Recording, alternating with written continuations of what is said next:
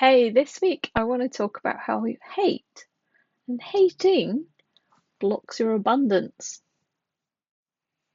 Hey, I'm Eloise Ansell. I'm an intuitive healer based in the UK, and welcome.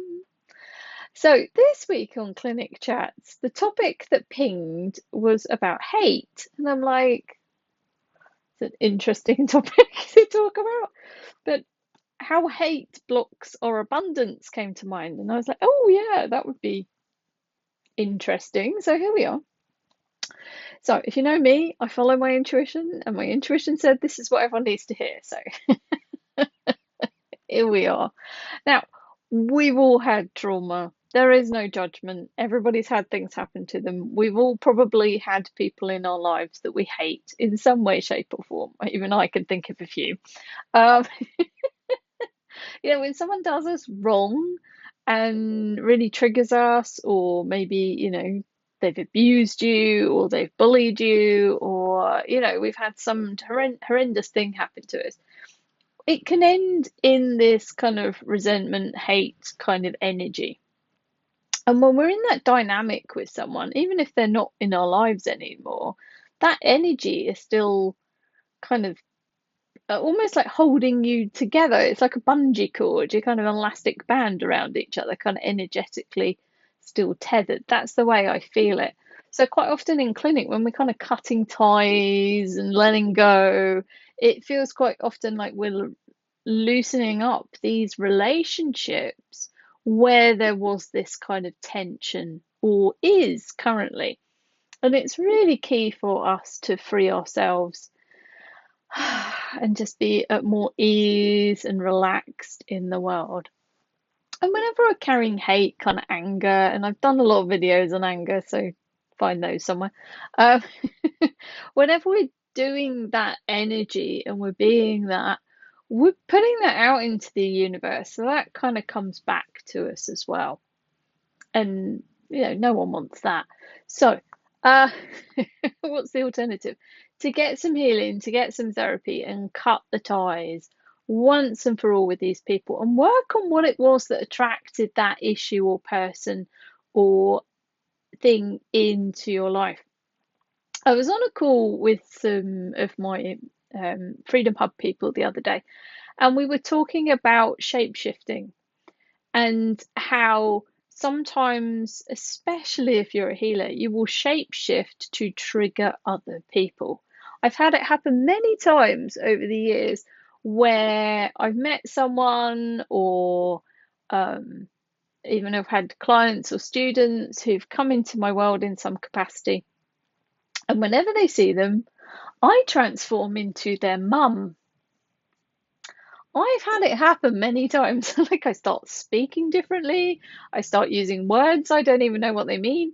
I start talking in different patterns, and I'm like internally I'm like, who am I being? And then they get really triggered. And eventually they tell me what's going on. It's like, oh, you're really reminding me of your mom, my mum, and it's really triggering me. Like, and they either stop coming to class, or they disappear from my life because they can't handle it. And I'm like, I am being such a gift for you that you can work on this without even seeing your mum. For some people, especially if your mum has passed, it's an opportunity to heal that wounded relationship. And so some people just run from it, and it's such a shame.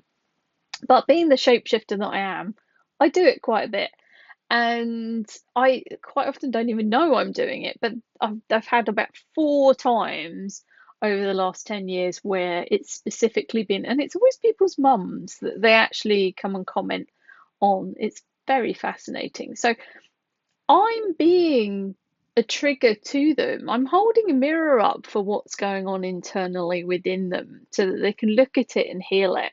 And we do this all the time.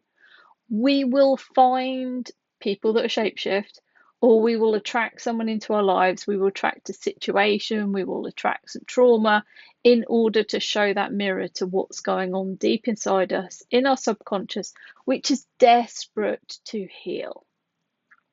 So if we're willing to go there, these opportunities are going to come up, and then we need to look at our stuff. So through having sessions, you can look at what those belief systems are or what those triggers are and heal them. So you don't have to keep going through that same scenario over and over again. The classic I always say is you date the same person 5 times. Like you meet someone, they seem wonderful, you start dating them, like, oh, you do that thing as well. And you get to that point where you can't go with it and it blows up, you split up. You start dating someone else, and then after a couple of years, it's like, oh my word, I'm in the same situation. They're doing the same thing. It's not them, it's you. Always. You're attracting people that either do that naturally or have the capacity to shapeshift and do that thing in relationship with you in order to help you heal. They are your gift. So we will attract things to heal this hate, to heal this anger, whatever it is going on. And it's far easier just to go and see a therapist or healer, work through it, get to the bottom of it, and then you don't need to keep repeating these cycles. But when we're in this state of hate, or we hate a collective, so probably not on YouTube able to say certain things that I might do, but like let's say you hate men, or you hate cats, or something like that. Let's keep it light. But you know what I mean? You can have really deep belief systems where you hate certain things, or certain groups of people or things like that. And it's not always a conscious thing. And I'm not just talking about racism and things like that. This is very complex. But we can kind of, we could glump that into the mix as well. But some of that isn't even our stuff, it's our ancestors or it's past life charges, or so we can often clear these things that are coming up. But when we hate cats, for instance, we're not willing to receive from cats. Or if you're a dog hater, you're not willing to receive from dogs. You are alienating a massive fluffy part of the ecosystem from your capacity to receive. So you're blocking your abundance. Believe it or not, if you hate anyone, anything, and especially when it's a collective group of people, you are blocking receiving from them. You're blocking your abundance. Now, this is, when I talk about a big collective, and I use cats and dogs because it's funny, but we could label it as anything else. It could be you don't like people who drive cars, or you don't like people who wear hats in cars and drive around on a Sunday. In the UK, we call them Sunday drivers. I don't know where that came from. But like, if there's any group of people that you hate, you're blocking your abundance. You're blocking receiving from those people, those fluffy animals, or whatever it is. And we want to be as abundant as possible. We want to be able to receive from everything and everyone. The trees, the hills, the water, the people, the cats, the dogs, even the Smurfs. Who knows if they exist? So, so we want to be able to receive all the energies of the universe. We are everything. Everything is connected. The moment we start blocking something externally, we're blocking something internally. And if we're not whole and complete, we are not going to be fully abundant in life. We're going to be blocking something in one way, shape, or form. So, notice if you have a preference, it could be quite strong, against some people or some animal or something. It might be that you don't like spiders. That's quite a common one. Let's pick something easy. You're not willing to receive from spiders. I don't mind them. I'm like quite happy if they hang out in my world, but if there were like hundreds of them, I'd probably not be too keen. But individually, I'm quite happy to receive from spiders. I don't have a problem with spiders. But I know a lot of people do get triggered by them. And obviously, go and get some healing on it. See if there's some issue that we can resolve around it. And then be willing to receive from spiders. What can they teach us? What can they heal? What can they support us with? How can they contribute to us energetically? You don't actually have to put them on your body to receive from them. Sorry if I'm triggering you. I'm here as your gift. Uh, so yeah, anytime we have any aspect of life that we hate, because that is a very strong energy, or if we have a kind of viewpoint on, we can be blocking receiving from that thing, those people, that animal, and it could even be the weather. Like some people don't like the rain.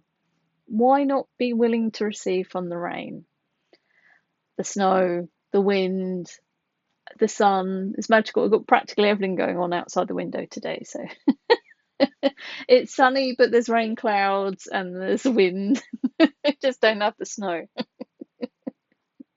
So yeah, very fun. So what are you not willing to see? What do you block out?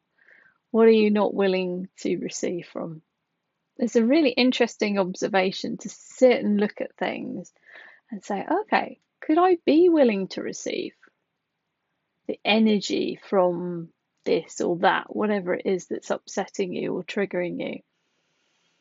And please go and get some healing if there is any hatred between people. You can book a session with me if you want, or find someone that local or that resonates with you, and work on these dynamics, these relationships, because they're often there as a gift to shine something to us that we're not been willing to look at or we've not been willing to see before. And once we see it, it melts away, we melt, and we can receive more in the universe and get more abundant in every capacity. I'm not just talking about money. So have a look at your life, see what you're blocking out, and have some fun with it. Okay, have a great week. Take care. Lots of love. Bye.